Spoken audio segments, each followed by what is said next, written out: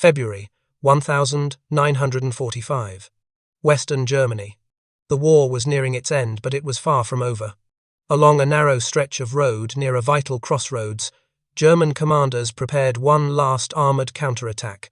A Panzer division, veterans, tanks, artillery ordered to punch through thin American lines and delay the inevitable collapse. What stood in their way was not another division. It was a single American tank, an M4 Sherman, dug in behind rubble and frozen earth. Not the strongest tank of the war, not the most feared. Inside were 5 men, exhausted, cold, low on ammunition, who had been told one thing: hold this road. At dawn, the fog lifted. Dark shapes appeared in the distance. Then more. Panzer tanks. An entire armoured column rolling forward with confidence. Any rational crew would have pulled back. This one didn't. They positioned the Sherman behind cover, exposing only the gun barrel. The driver kept the engine running. The gunner waited. The loader wiped frozen hands and rammed the first armour-piercing round home. The first German tank turned its turret. The Sherman fired first. A direct hit into thinner side armour. Flames erupted. The Panzer burned. The German column stopped, confused, cautious. Again, the Sherman fired. Another tank stalled. Then another. Smoke filled the road. Orders overlapped. The Panzer division began to spread out, searching for an enemy that refused to reveal itself. Inside the American tank, time slowed.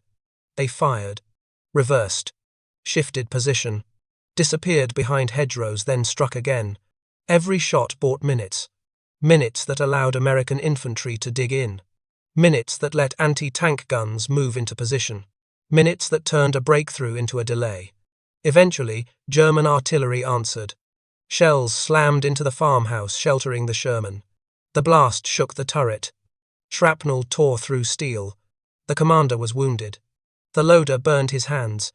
But the gun still worked. When the Sherman was finally disabled, the road behind it was no longer empty.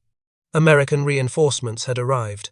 The Panzer attack meant to break the line stalled and then collapsed. Later, German officers would write in disbelief. Our advance was delayed by a single American tank that refused to die. The 5-man crew survived. Bruised. Burned. Shaken. They didn't destroy a division. But they stopped one long enough for the war to move on without it. They didn't win by being stronger. They won by understanding the oldest truth of armoured warfare.